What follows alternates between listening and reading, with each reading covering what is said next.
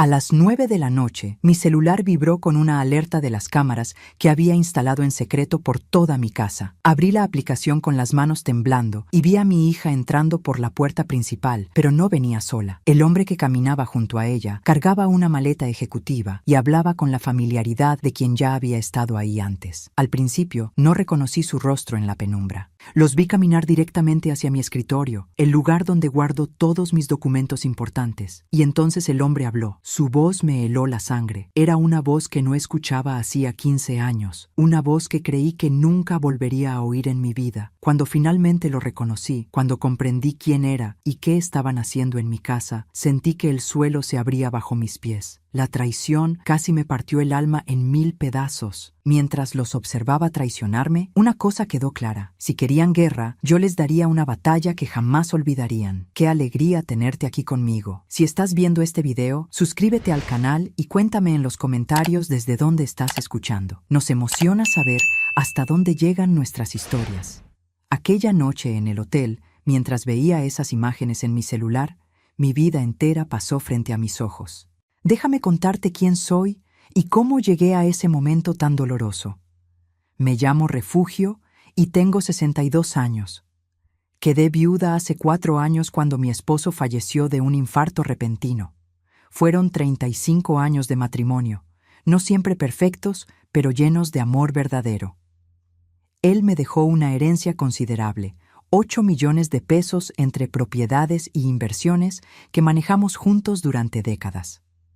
Nadie en mi familia sabe exactamente cuánto tengo. Decidí mantener un perfil bajo, vivir con modestia, porque mi esposo siempre me advirtió que el dinero cambia a las personas, que saca lo peor de quienes creemos conocer. Todos piensan que vivo de una pensión modesta y algunos ahorros. Nunca imaginé que esa discreción se volvería mi salvación. Tengo una hija única, Sofía, que hoy tiene 35 años. La crié con todo mi amor después de que su padre murió. Ella se casó hace 7 años con Ricardo, un hombre de 38 años que siempre me pareció cordial aunque algo distante. No tienen hijos todavía. Sofía siempre fue una hija atenta, cariñosa, preocupada por mí, o eso creía yo. Hace 3 meses empecé a notar cambios extraños en su comportamiento. Sus visitas se volvieron más frecuentes, casi diarias, algo que antes no sucedía. Al principio me alegré pensando que finalmente tenía más tiempo para estar conmigo. Pero pronto noté que algo no cuadraba. Llegaba con preguntas específicas sobre mis documentos, sobre el testamento, sobre las propiedades que tenía a mi nombre. Me preguntaba con insistencia sobre mi planificación financiera para el futuro, si había pensado en quién manejaría todo si algo me pasaba. Yo le respondía vagamente, sin darle detalles concretos, porque algo en su tono de voz me incomodaba. Un día la sorprendí abriendo las gavetas de mi escritorio cuando pensaba que yo estaba en la cocina. Se sobresaltó cuando entré y dijo que buscaba un bolígrafo, pero yo sabía que mentía. En otra ocasión la encontré revisando papeles en mi habitación. Siempre tenía excusas, siempre una explicación razonable, pero la suma de todas esas pequeñas señales me estaba diciendo algo que mi corazón no quería aceptar. Ricardo también cambió. Antes me saludaba con calidez, me preguntaba cómo estaba, conversábamos de temas cotidianos, pero en los últimos meses se volvió frío, calculador. Me miraba de una forma que me hacía sentir incómoda. Cuando visitaban juntos, tenían conversaciones en voz baja que interrumpían bruscamente cuando yo entraba a la habitación. Había algo podrido gestándose, y yo lo sentía en cada fibra de mi ser. ¿Alguna vez has sentido que alguien cercano te oculta algo? ¿Has notado esos cambios sutiles que te dicen que algo está mal, pero no puedes probarlo? Cuéntame en los comentarios si has vivido esa angustia. Durante semanas intenté convencerme de que estaba exagerando, de que eran imaginaciones mías, producto de la soledad y la viudez. Pero una madre sabe cuando algo anda mal con su hija. Una madre siente en el alma cuando la persona que trajo al mundo ya no es quien dice ser. Así que tomé una decisión. Les dije que viajaría durante una semana para visitar a unas primas que viven lejos. Sofía pareció aliviada cuando se lo conté. Me ayudó a empacar, me dio un abrazo cariñoso en la puerta y me dijo con voz dulce que me cuidara mucho, que disfrutara el viaje, que no me preocupara por nada. Esa despedida me rompió el corazón porque por primera vez vi algo oscuro detrás de su sonrisa. Antes de irme, había contratado a un técnico de confianza para instalar cámaras de seguridad discretas en toda la casa. Le dije que habían robado en el vecindario y necesitaba protección. Él instaló cámaras en la sala, el escritorio, mi habitación, la cocina, todas conectadas a una aplicación en mi celular que grababa las 24 horas del día. Me fui de mi casa con una maleta pequeña y el corazón apretado. No fui a visitar a ninguna prima.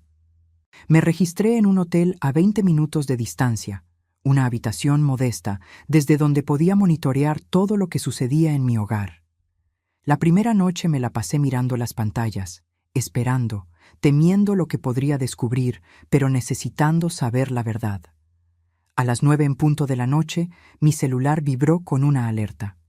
Movimiento detectado en la entrada principal. Abrí la aplicación con manos temblorosas y lo que vi cambió mi vida para siempre. ¿Qué secretos escondía mi propia hija? ¿Quién era ese hombre que entraba a mi casa como si tuviera todo el derecho? Acompáñame porque lo que está por venir te dejará sin aliento. La imagen en mi celular era clara a pesar de la penumbra de la noche. Sofía entraba por la puerta principal usando la copia de llaves que yo le había dado hace años para emergencias. Pero esto no era una emergencia. Venía acompañada de un hombre que yo no reconocí de inmediato. Era elegante, de unos 50 años, bien vestido, con una maleta ejecutiva negra que cargaba con familiaridad. Caminaban con propósito, sin dudas, como si hubieran planeado esto cuidadosamente. Se dirigieron directamente a mi escritorio, ese mueble antiguo de madera donde guardo todos mis documentos importantes. Sofía no perdió tiempo. Abrió las gavetas superiores con movimientos seguros, sacó carpetas, papeles, fotografías. Conocía exactamente dónde estaba cada cosa. Luego se arrodilló y abrió el cofre pequeño que tengo en el cajón inferior. Yo me quedé helada al verla marcar la combinación sin equivocarse. Nunca le había dado esos números, jamás. Lo que significaba que había estado espiándome, observándome cuando yo abría ese cofre, memorizando la secuencia. La traición de ese detalle me dolió casi tanto como todo lo demás. Del cofre sacó documentos que yo guardaba con tanto cuidado. Escrituras de propiedades, certificados de inversión, pólizas de seguro de vida, testamentos. Todo mi patrimonio estaba siendo expuesto ante los ojos de un extraño. El hombre sacó una cámara profesional de su maleta y comenzó a fotografiar cada documento metódicamente, página por página, haciendo zoom en los detalles importantes, capturando cada número, cada firma, cada sello oficial. Y entonces, el hombre habló. Mientras cuento todo esto, pienso en dónde estarás escuchándome. Escribe el nombre de tu ciudad en los comentarios. Me consuela saber que mi historia llega hasta donde tú estás. Cuando escuché su voz a través del audio de las cámaras, mi sangre se congeló. Era una voz que no oía hacía 15 años, pero que jamás olvidaría. Sofía le dijo algo que me hizo temblar de pies a cabeza. Dijo, «Aquí está todo, tío Ernesto». Tío Ernesto. Ernesto era el hermano menor de mi difunto esposo, un hombre que había desaparecido de nuestras vidas hacía década y media después de una pelea familiar terrible. En aquellos años, cuando mi esposo todavía vivía, Ernesto había intentado engañarlo con documentos falsos para quedarse con parte de una herencia que les había dejado el padre de ambos. Mi marido descubrió el fraude justo a tiempo, lo enfrentó duramente y le dijo que nunca más quería verlo, que estaba muerto para nuestra familia. Ernesto se fue amenazando, diciendo que algún día reclamaría lo que según él le pertenecía. Después de eso, nunca supimos de él. Yo pensaba que estaba en el extranjero, lejos, fuera de nuestras vidas para siempre. Pero ahí estaba, en mi casa, conspirando con mi propia hija. Los escuché hablar mientras seguían revisando mis cosas. Sofía le preguntó, «¿Cuándo lograremos que firme?» Y Ernesto respondió con voz calculadora. Paciencia, sobrina. Primero necesitamos el diagnóstico médico. Mi mente se aceleró tratando de entender qué significaba eso. ¿Qué diagnóstico médico? ¿Diagnóstico de qué? Seguí observando mientras ellos continuaban sacando copias de todo, guardando fotografías en una memoria USB, organizando información como si fueran ladrones profesionales. Ernesto dijo algo que me hizo soltar un gemido de dolor que tuve que ahogar con mi mano para no gritar en esa habitación de hotel. Dijo, tu madre está sentada sobre 8 millones de pesos y vive como si fuera pobre. Sofía se rió, una risa amarga, cruel, que nunca había escuchado salir de su boca. Cuando tengamos la tutela legal, continuó Ernesto, dividiremos todo. 5 millones para mí, 3 para ti. Es justo considerando que yo pongo los contactos y el plan. Sofía respondió, ¿y Ricardo? Ernesto soltó una carcajada despectiva. Tu marido, inútil, no necesita saber nada de esto. Mientras menos gente sepa, mejor. Yo estaba viendo la pantalla con lágrimas rodando por mis mejillas, incapaz de procesar completamente lo que estaba presenciando. Mi hija, mi única hija, la niña que había cargado en mi vientre, amamantado, criado con todo mi amor y sacrificio, estaba conspirando con un criminal para robarme todo. No solo mi dinero, mi libertad, mi dignidad, mi vida entera. Siguieron hablando y cada palabra era un puñal clavándose en mi corazón. Mencionaron la palabra internar. Hablaron de incapacidad mental. El plan completo se fue revelando ante mí con claridad aterradora. Querían hacerme parecer senil, incapaz de manejar mis propios asuntos. Ernesto conocía a un médico corrupto que firmaría un diagnóstico falso de demencia o alguna enfermedad mental. Con ese documento en mano, Sofía podría solicitar tutela legal sobre mí, controlar todas mis finanzas, todas mis decisiones. Luego me internarían en algún lugar, probablemente un asilo psiquiátrico donde nadie me escucharía si intentaba decir la verdad. Una vez que tuvieran control total, venderían mis propiedades, vaciarían mis cuentas bancarias, se repartirían cada peso de lo que mi esposo y yo construimos durante décadas de trabajo honesto. Sofía dijo algo que me destrozó completamente. Dijo con tono frío, indiferente. Ya vivió demasiado de todas formas. No necesita tanto dinero a su edad. ¿Has sentido alguna vez que la persona en quien más confiabas te clava un cuchillo en la espalda? ¿Has descubierto que alguien que amas es capaz de una crueldad que nunca imaginaste? Esa noche en el hotel lloré hasta quedarme sin lágrimas. Lloré por la hija que creí tener y que resultó ser una extraña. Lloré por los años de amor que ahora parecían una mentira. Lloré por mi esposo que ya no estaba aquí para protegerme de su propio hermano y de nuestra propia hija. Pero entre las lágrimas, algo más comenzó a crecer dentro de mí. No era solo dolor, era furia, era indignación, era la determinación férrea de no dejarme destruir sin pelear. Si querían guerra, tendrían guerra, pero esta vez yo tendría todas las armas. ¿Qué haría ahora con esta información devastadora? ¿Cómo enfrentaría una traición tan calculada y cruel? Quédate conmigo porque mi respuesta será implacable. Esa primera noche en el hotel no dormí ni un minuto. Me quedé despierta viendo una y otra vez las grabaciones, procesando cada palabra, cada gesto, cada detalle de la conspiración que se tejía contra mí. Cuando amaneció, tenía los ojos hinchados de tanto llorar, pero también tenía claridad absoluta sobre lo que debía hacer. A las 8 de la mañana llamé al doctor Ramírez, mi abogado de confianza desde hacía más de 20 años. Le pedí que viniera a verme urgentemente al hotel. Cuando llegó y le mostré los videos, su rostro normalmente sereno se transformó en una máscara de horror e indignación. «Refugio», me dijo con voz grave. «Esto no es solo traición familiar. Esto es conspiración criminal para cometer fraude y privación ilegal de libertad. Podrían ir a prisión por esto». Sus palabras me dieron fuerzas. No estaba loca, no estaba exagerando. Lo que mi hija y su tío planeaban era un delito serio. Juntos diseñamos un contraataque meticuloso. El doctor Ramírez tenía contactos, recursos, experiencia en casos complejos. Me dijo que necesitábamos más información sobre Ernesto, sobre sus movimientos, sobre su pasado. Contrató a un detective privado ese mismo día. En 48 horas teníamos un expediente completo que me dejó sin aliento. Ernesto no solo había desaparecido después de la pelea con mi esposo, había huido porque tenía problemas legales graves. Estaba acusado de fraude en otro estado.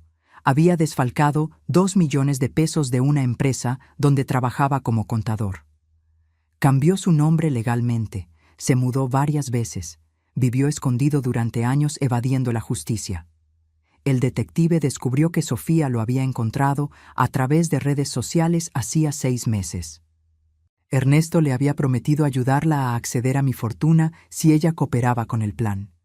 La investigación también reveló algo que me partió el alma, pero que explicaba muchas cosas. Sofía y Ricardo estaban en una crisis financiera devastadora. Tenían deudas de 400,000 pesos acumuladas en tarjetas de crédito y préstamos personales. Ricardo había perdido su empleo hacía 8 meses y nunca me lo dijeron. La casa que compraron estaba hipotecada hasta el techo. Estaban al borde de la quiebra total. Entendí entonces que el desespero los había llevado a este punto. Pero el desespero no justifica la traición. No justifica planear encerrar a tu propia madre en un hospital psiquiátrico. No justifica robar, mentir, destruir. Había formas honestas de pedir ayuda y ellos eligieron el camino más oscuro posible. El doctor Ramírez me explicó la estrategia. Necesitamos atraparlos en flagrante, me dijo. Dejar que ejecuten más pasos de su plan mientras los documentamos todo. Así tendremos evidencia irrefutable no solo de la conspiración, sino del intento de llevarla a cabo. Yo asentí, aunque cada fibra de mi ser quería confrontarlos inmediatamente, gritarles, preguntarles cómo pudieron hacerme esto, pero entendía que debía ser inteligente, estratégica, paciente. El tercer día de mi supuesta ausencia, Sofía me llamó al celular. Su voz sonaba dulce, preocupada, exactamente como la hija que yo recordaba de años atrás. «Mamá, ¿cómo va el viaje? ¿Estás bien? ¿Las primas te están tratando bien?» Cada pregunta era una mentira envuelta en cariño falso. Yo actué a la perfección. Le dije que el viaje era maravilloso, que estaba disfrutando mucho, que regresaría en 3 días como habíamos planeado. Entonces ella dijo algo que me erizó la piel. «Cuando regreses, mamá, necesito hablar contigo sobre algo importante, algo delicado pero necesario». Yo respondí con voz tranquila. «Claro, hija, cuando quieras», pero por dentro sabía exactamente de qué quería hablar. Las cámaras de mi casa siguieron registrando todo. Sofía y Ernesto regresaron 2 veces más durante esos días. Los vi ensayar su actuación como si fueran actores preparándose para una obra de teatro macabra. Ernesto le daba instrucciones precisas a Sofía. «Tienes que llorar», le decía. «Muestra preocupación genuina. Dile que has notado que olvida cosas, que se confunde, que repite las mismas historias. Convéncela de que necesita ver a un médico, solo como precaución para tranquilidad de todos». Y Sofía practicaba. La vi frente al espejo de mi sala ensayando expresiones de preocupación, modulando su voz para sonar afectuosa pero inquieta. «Mamá, estoy tan preocupada por ti», decía al espejo. «He notado cambios y solo quiero asegurarme de que estés bien». Verla practicar cómo manipularme me revolvió el estómago. ¿Alguna vez has tenido que fingir normalidad cuando tu mundo se está derrumbando? ¿Has tenido que sonreír y actuar como si todo estuviera bien mientras por dentro te estás muriendo? Cuéntame tu historia en los comentarios porque sé que no estoy sola en este dolor. Mientras ellos ensayaban su farsa, el doctor Ramírez trabajaba para protegerme legalmente. Preparó documentos de procuración irrevocable a su nombre, asegurando que nadie más pudiera tomar decisiones sobre mi patrimonio o mi persona. Firmé todo en presencia de un notario que vino al hotel. También preparamos la denuncia formal ante las autoridades, compilando todas las grabaciones, todas las investigaciones sobre Ernesto, todo el expediente completo de su plan criminal. Pero acordamos esperar al momento perfecto para actuar.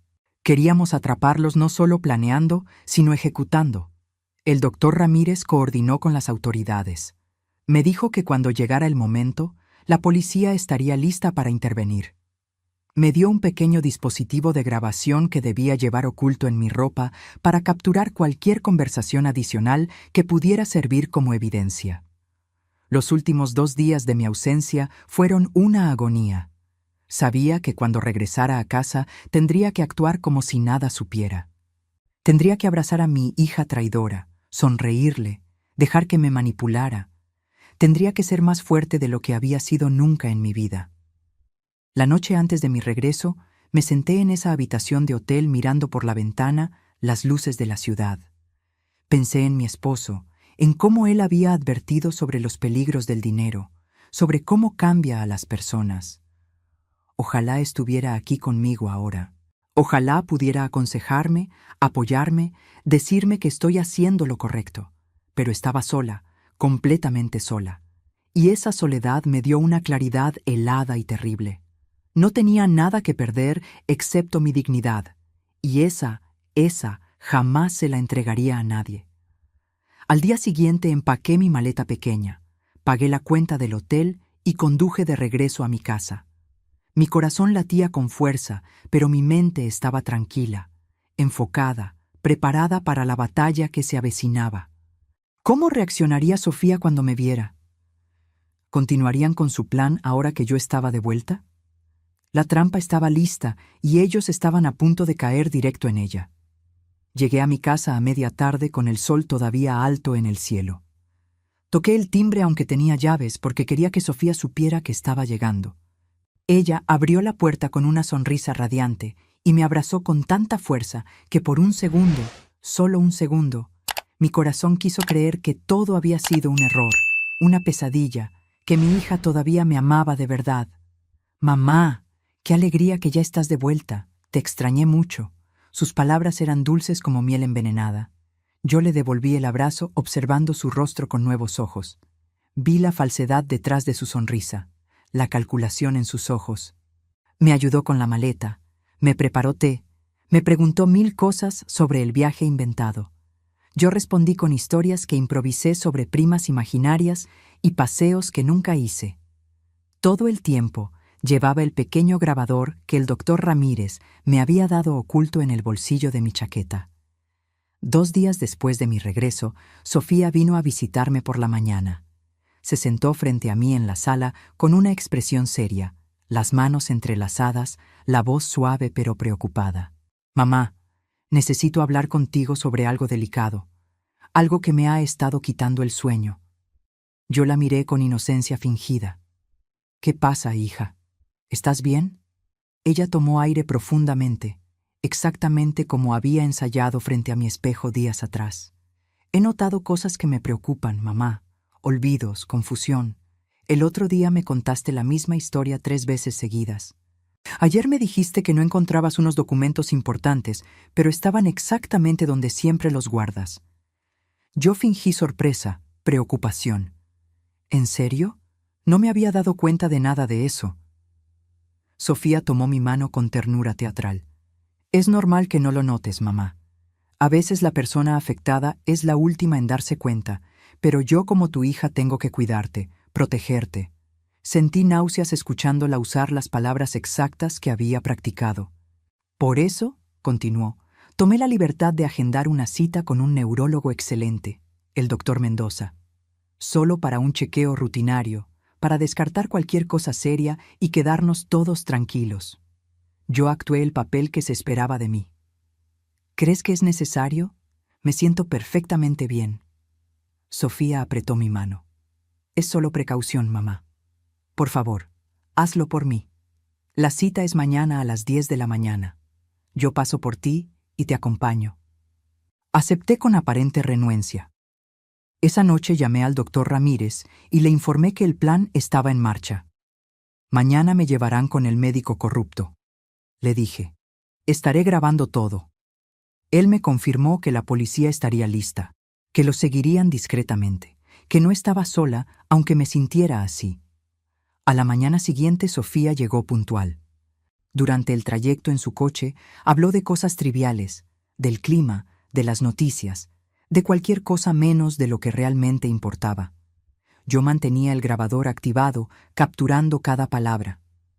Llegamos a una clínica privada pequeña y discreta, lejos de los hospitales principales. El doctor Mendoza nos recibió en un consultorio privado. Era un hombre de unos 60 años con aspecto nervioso, mirada esquiva. No había recepcionista, no había enfermeras, no había otros pacientes. Todo estaba diseñado para que no hubiera testigos de lo que estaba por suceder. La consulta fue una farsa absoluta. El doctor Mendoza me hizo preguntas tendenciosas, diseñadas para que cualquier respuesta pareciera síntoma de demencia. ¿Se siente confundida a veces? ¿Olvida dónde pone las cosas? ¿Se desorienta en lugares conocidos? Yo respondí vagamente, dejando espacio para que él interpretara lo que quisiera. Después de apenas 15 minutos de esta pantomima, él se volvió hacia Sofía con expresión grave. Lamentablemente, señora, su madre muestra signos claros de demencia en etapa inicial. La situación es más seria de lo que pensábamos. Sofía fingió shock perfectamente. ¿Tan grave, doctor? El doctor Mendoza asintió con solemnidad falsa. Recomiendo atención de tiempo completo. Un cuidador profesional. Y considerando la rapidez con que puede progresar este tipo de condición, sería prudente que la familia asumiera el control de las decisiones financieras y legales para protegerla. Yo intervine con voz débil. Pero yo me siento bien, doctor. No entiendo qué está pasando. Sofía me acarició el brazo con condescendencia. Es la enfermedad hablando, mamá. Por eso es tan peligrosa. Tienes que confiar en nosotros, en quienes te amamos y queremos lo mejor para ti. Cada palabra era un puñal, pero yo mantuve la compostura. Salimos del consultorio y en el coche de regreso, Sofía comenzó a preparar el terreno para el siguiente paso. Mamá, he estado pensando en cómo hacer esto más fácil para ti. Preparé algunos documentos, una procuración legal para que yo pueda manejar tus finanzas mientras te concentras en descansar y mejorar. Sin estrés, sin preocupaciones. Yo fingí dudar. No sé, hija. Déjame pensarlo. Vi un destello de frustración cruzar su rostro antes de que lo ocultara detrás de otra sonrisa. Claro, mamá, pero entre más pronto mejor, por tu propio bien. Cuando llegamos a mi casa me llevé otra sorpresa. Ernesto estaba esperando en mi sala, sentado en mi sofá como si tuviera todo el derecho de estar ahí. Yo fingí sorpresa genuina.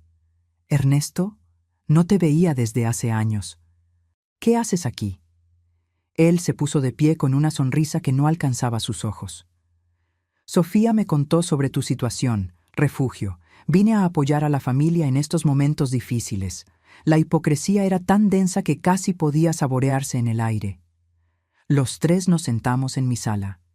Ellos de un lado, yo del otro, como si fuéramos adversarios preparándose para un duelo. Y en cierto modo, eso éramos exactamente. ¿Llegaría el momento de la confrontación? ¿Tendría el valor de enfrentar la traición cara a cara? Lo que estaba por suceder cambiaría nuestras vidas para siempre. Ernesto extendió varios documentos sobre la mesa de mi sala con movimientos meticulosos. Refugio. Dijo con voz que pretendía ser amable, pero sonaba calculadora. Entiendo que esto debe ser confuso para ti dado tu condición. Por eso estoy aquí, para ayudar a organizar todo de manera que estés protegida. Sofía asintió con entusiasmo falso. Sí, mamá. El tío Ernesto tiene experiencia en estos temas legales. Nos va a guiar para que todo se haga correctamente. Yo los observé a ambos durante un momento largo y pesado. Vi la avaricia en los ojos de Ernesto, la desesperación apenas oculta en la expresión de Sofía. Vi 15 años de rencor en él y meses de conspiración en ella. Y en ese momento tomé mi decisión. Ya no podía seguir fingiendo. Ya no quería. Era hora de que supieran que habían subestimado gravemente a esta vieja que pensaban manipular. ¿Puedo hacerles una pregunta antes de revisar esos documentos? dije con voz tranquila pero firme. Ambos se miraron y asintieron. Claro, respondió Sofía. Yo me incliné hacia adelante mirándolos directamente a los ojos. ¿Cuándo exactamente planearon robarme? ¿Fue hace 6 meses cuando se reconectaron o venían conspirando desde antes? El silencio que cayó sobre la sala fue absoluto y aterrador. Sofía palideció. Ernesto se quedó completamente inmóvil. «Mamá, ¿de qué estás hablando?», intentó decir Sofía con voz temblorosa. «No te atrevas a mentirme más», respondí con voz de acero. «¿Ya no?». Ernesto intentó recuperar el control. «Refugio, estás confundida. El doctor dijo que tendrías episodios de paranoia». Saqué mi celular del bolsillo y lo puse sobre la mesa. ¿Confundida? ¿Cómo estaba confundida aquí? Presioné play y las imágenes de las cámaras comenzaron a reproducirse. Ellos viéndose a sí mismos entrando a mi casa hace días, abriendo mis gavetas, fotografiando mis documentos. La sangre desapareció de sus rostros. O tal vez estaba confundida aquí.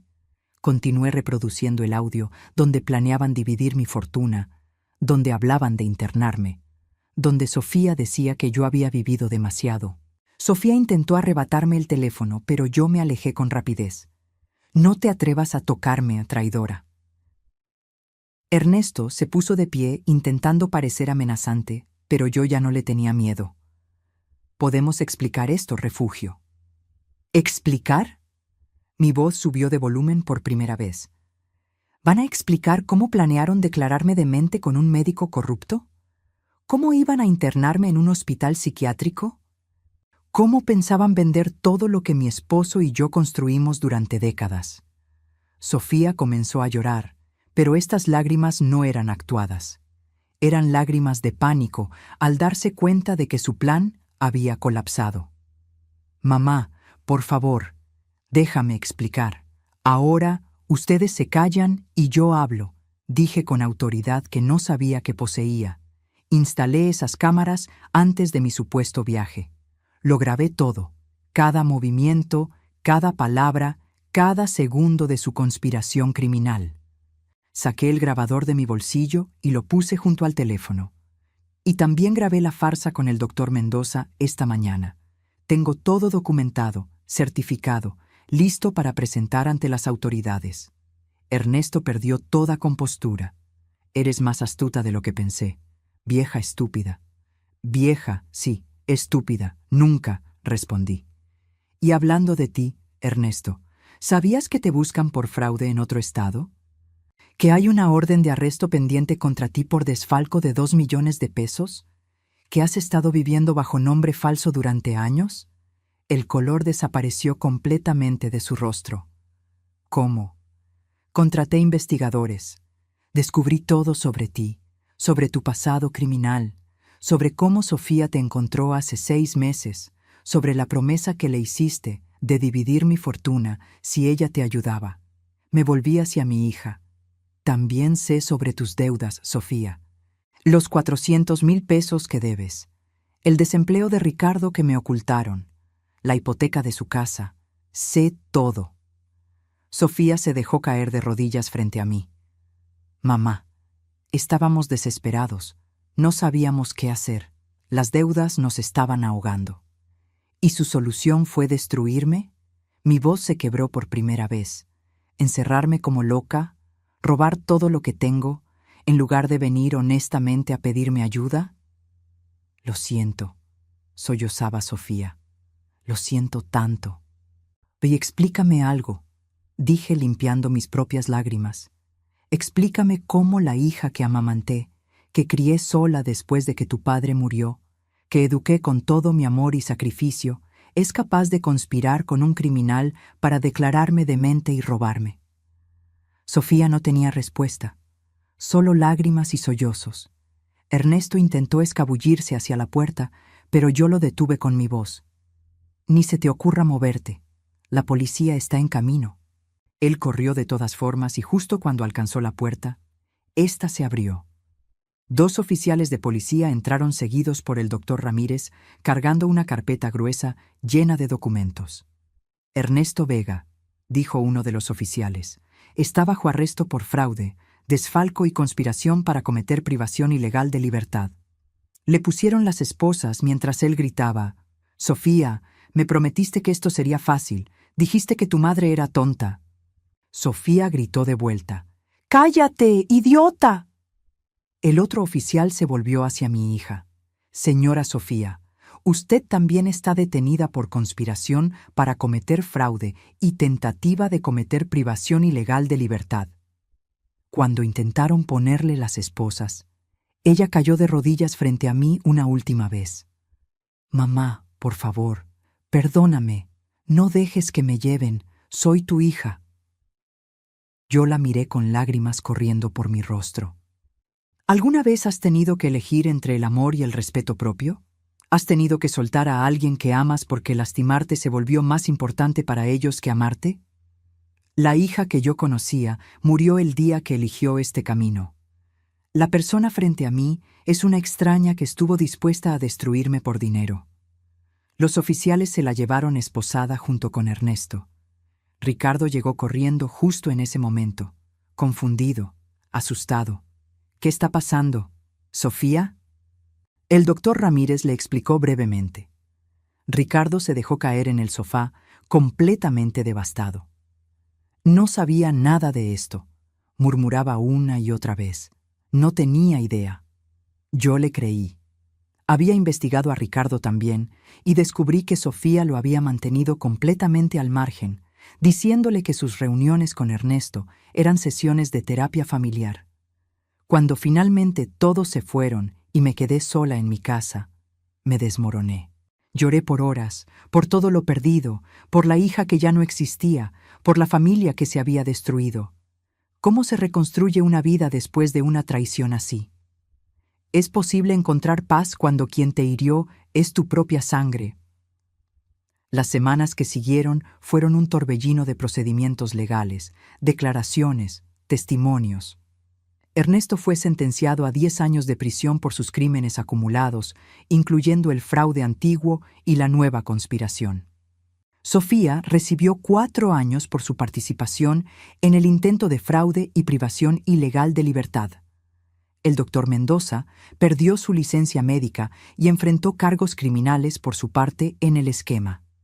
Yo finalicé con el doctor Ramírez todos los documentos legales necesarios para proteger mi patrimonio de cualquier intento futuro. Ricardo vino a verme varias veces durante ese periodo. Estaba destrozado, divorciándose de Sofía, tratando de entender cómo su esposa había sido capaz de algo así.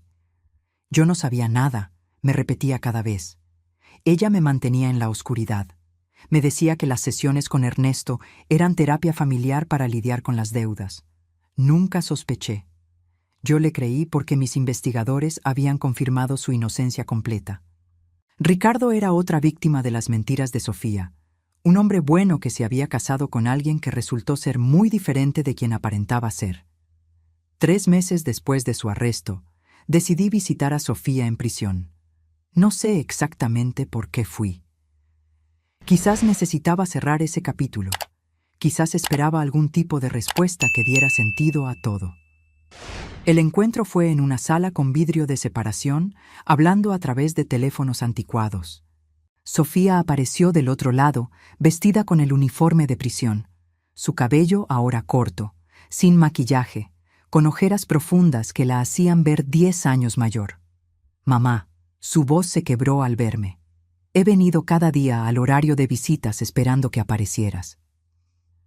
Yo la observé en silencio durante largo rato antes de hablar. Necesitaba tiempo para procesar que mi hija intentó destruirme. Sofía comenzó a llorar. No eran las lágrimas falsas que había visto antes. Eran lágrimas de verdadero arrepentimiento, dolor profundo, vergüenza absoluta. «No tengo excusas por lo que hice», dijo. «Las deudas me cegaron. Ernesto me manipuló con promesas de solución fácil, pero al final yo tomé cada decisión. Yo elegí traicionarte. Yo elegí creer sus mentiras sobre que esto sería rápido, simple, que tú nunca te enterarías». Hizo una pausa para limpiarse las lágrimas. «Aquí adentro, sola, pienso constantemente en lo que te hice. En cómo la mujer que me dio vida que me crió sola después de que papá murió, que sacrificó todo por mí, casi termina encerrada en un hospital psiquiátrico por mi culpa. Perdí todo, continuó, mi libertad, mi matrimonio, mi dignidad, y lo peor de todo, a mi madre, y me lo merezco. Me merezco cada segundo de este castigo. Yo sentí algo quebrarse dentro de mí al escucharla. Había venido preparada para odiarla, para decirle todo el dolor que me causó. Pero mirándola ahí, destrozada, genuinamente arrepentida, vi a mi bebé. Vi a la niña que había sido, antes de que la ambición y la desesperación la corrompieran. Me preparé para odiarte, admití con voz quebrada. Practiqué todos los discursos de rencor que te daría, pero te miro y todavía veo a mi hija, a la niña que acunaba en mis brazos, que protegía de todo mal. Y eso duele más que cualquier cosa, Sofía. Duele más que el dinero, más que la traición, más que todo. Sofía presionó su mano contra el vidrio. No espero tu perdón, sé que no lo merezco, pero necesito que sepas que me arrepiento con cada fibra de mi ser, y cuando salga de aquí, pasaré el resto de mi vida intentando ser mejor persona. Yo también puse mi mano contra el vidrio, separada de la suya solo por ese cristal que representaba la distancia que ahora existía entre nosotras. No sé si algún día podré perdonarte completamente. No sé si nuestra relación podrá sanar alguna vez, pero eres mi hija. Por más que duela, por más que me hayas lastimado, no puedo abandonarte totalmente. Cuando salgas de prisión, continué, no habrá herencia esperándote, no habrá fortuna. Ese dinero lo estoy usando para ayudar a otras mujeres que han sufrido lo que yo casi sufrí. Pero sí habrá una oportunidad de reconstruirte como persona, de demostrar con acciones que has cambiado de verdad. Sofía asintió llorando. Es más de lo que merezco. La visita terminó poco después. Salí de esa prisión exhausta emocionalmente, pero con algo de paz. No era perdón completo, no era reconciliación total, pero era un primer paso pequeño hacia algún tipo de sanación. Un año después de todo aquello, vendí la casa donde había vivido tantos años. Las memorias eran demasiado dolorosas, cada habitación un recordatorio de la traición. Compré un departamento más pequeño pero cómodo, suficiente para mí. Doné 2 millones de pesos a una fundación que ayuda a mujeres mayores víctimas de fraude familiar. Mi historia inspiró a docenas de otras mujeres a denunciar abusos similares que estaban sufriendo en silencio. Comencé a trabajar como voluntaria en esa fundación, dando charlas, compartiendo mi experiencia, ayudando a otras sobrevivientes a encontrar su voz y su fuerza. Sofía cumple su condena. Le escribo ocasionalmente cartas breves que le cuentan sobre mi vida, pero que mantienen distancia emocional saludable. Ella responde con arrepentimiento constante y reportes de terapia que está tomando en prisión. El proceso de sanación es lento para ambas. Ricardo rehizo su vida. Encontró nuevo empleo, nuevo departamento, eventualmente nueva pareja. Mantiene contacto conmigo, me visita cada mes, tomamos café y hablamos de la vida. Es como el hijo que nunca tuve, irónico considerando que fue el esposo de quien me traicionó. Hoy, a mis 63 años, miro mi vida con sentimientos contradictorios. Perdí a la hija que creí conocer. Descubrí que la sangre no siempre significa lealtad. Aprendí que las personas que más amas pueden ser capaces de crueldad inimaginable. Pero también aprendí que incluso en la peor traición podemos elegir proteger nuestra dignidad. Podemos elegir ser nuestra propia salvadora cuando nadie más lo hará. Podemos elegir seguir adelante con la cabeza en alto, aunque el corazón esté roto. La semana pasada di una charla en la fundación. La sala estaba llena de mujeres mayores, todas con historias de abuso familiar, todas buscando fuerza para seguir adelante. Les conté mi historia completa sin omitir los detalles dolorosos. Y al final les dije algo que había aprendido en carne propia. Nunca somos demasiado viejas para defender nuestra dignidad. Nunca somos demasiado débiles para luchar por la verdad. Y nunca es tarde para ser nuestra propia salvadora. Vi lágrimas en muchos rostros, pero también vi determinación, fuerza, esperanza. Mi dolor se había transformado en propósito. Mi tragedia se había convertido en inspiración para otras. Esa noche, sola en mi departamento, me preparé té y me senté junto a la ventana mirando las luces de la ciudad. Pensé en mi esposo, en cómo me había advertido sobre los peligros del dinero. Pensé en Sofía, en la prisión cumpliendo condena por sus decisiones. Pensé en todas las mujeres que había conocido que sufrían en silencio, y me di cuenta de algo importante. Sí, perdí mucho. Perdí la relación con mi hija. Perdí la inocencia de creer que la familia siempre te protege. Perdí la paz de una vejez tranquila. Pero gané algo también. Gané respeto propio. Gané la certeza de que cuando llegó el momento más difícil de mi vida, no me quedé paralizada. Actué. Luché. Gané. Gané la capacidad de ayudar a otras mujeres a encontrar su propia fuerza. Y aunque mi corazón todavía duele, aunque algunas noches todavía lloro por la hija que perdí, tengo paz. La paz que viene de saber que hice lo correcto, aunque doliera. La paz que viene de defender mi valor cuando nadie más lo haría. La paz que viene de transformar la peor experiencia de mi vida en algo que puede ayudar a otros. Si estás escuchando esta historia y estás pasando por algo similar, quiero que sepas algo. No estás sola. Tu dolor es válido. Tu miedo es real. Pero también lo es tu fuerza, aunque todavía no lo sepas. Tienes dentro de ti el poder de protegerte, de defenderte, de salvarte a ti misma. No permitas que nadie, ni siquiera tu propia familia, te quite tu dignidad. Porque al final del día, cuando todo lo demás se ha ido, tu dignidad es lo único que realmente te pertenece. Y eso vale más que cualquier fortuna del mundo. Si te gustó esta historia, haz clic en este próximo video que está apareciendo en la pantalla, porque la próxima traición supera todo lo que has visto hasta ahora. Y no te olvides suscribirte en el canal, para que no te pierdas ni una sola historia.